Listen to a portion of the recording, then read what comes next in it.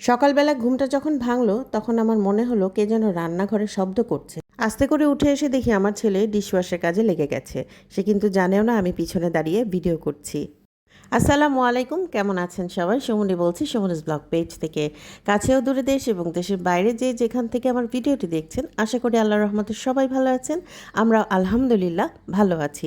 চলে এলাম আরেকটি নতুন ব্লগ নিয়ে আপনাদের সবার মাঝে। আমার ছেলে যখন তার হাতের কাজটা সেরে চলে গেল, তো ওকে জিজ্ঞেস করছিলাম যে তুমি কি কিছু খেয়েছো বাবা? তো ও বলল যে না, আমি এখনও খাইনি। তো ও প্রায়ই এই কাজটা করে।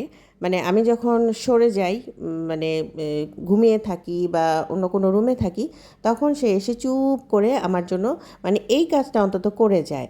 মানে ও জানে যে মা এখানে এতক্ষণ দাঁড়িয়ে কাজ করলে মার হয়তো একটু মানে কষ্ট হবে। তো যাই হোক, এটা চিন্তা করে ও কাজটা করে, আমি খুব ভালো করেই জানি। তো এর মধ্যে আমি ওকে 2টা ডিম ভাজি করে দিলাম যে এটা একটু খাও তুমি। আর আমি রান্নাঘরে চলে এলাম, মানে রান্না করতে চলে এলাম, দুপুরে রান্না করতে। আজকে আমি মানে তেমন কিছু করব না, চেষ্টা করছি, কারণ মাছ মাংস ফ্রিজে আছে রান্না করা, ওগুলো এখন মানে শেষ না হওয়া পর্যন্ত আমি অন্য কিছুতে আর যাব না ভাবছি। তো আজকে ভাবছি যে একটু ডিম আলু রান্না করব।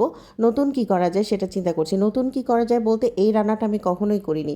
ডিম আলু অনেকভাবেই রান্না করেছি, মানে আলু ঘাটি উপরে, মানে আলুটা রান্না করার পরে, মানে আলুর ডাল আর কি আমরা যেটাকে বলি, অনেকেই আমরা এই রান্নাটা করেই থাকি। আলুর এই ঘাটিটা রান্না করার পরে আমরা উপরে অনেক সময় ডিম ভাজি, টমেটো, মানে এগুলো ছেড়ে দিই।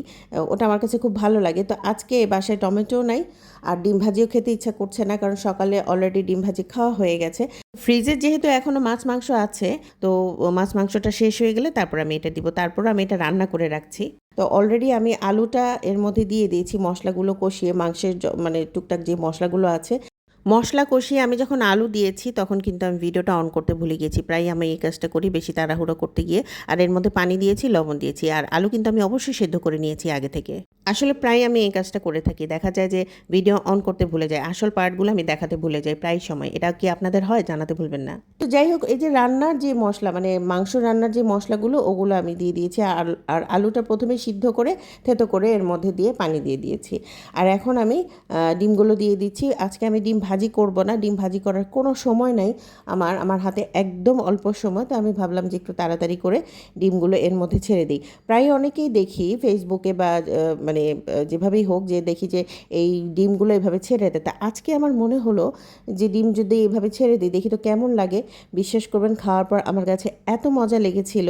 তো আমার ছেলে বলছিল খেয়ে, যে আজকে সকালে ডিম ভাজি খেয়েছে, এখন আবার এটা খাবো। আমি বলছি তুমি খেয়ে দেখো, একটার বেশি খেলে কিছু হবে না। তো ও আবার খেলো, খেয়ে বলছে যে মা এখন থেকে তুমি এভাবেই করো, ডিম ভাজি না করে এর উপরে ডিম ভাজিটা না দিয়ে আলুর উপরে এখন থেকে তুমি ডিমটা এভাবে ছেড়ে দিও, খুব খুব মজা লাগে খেতে।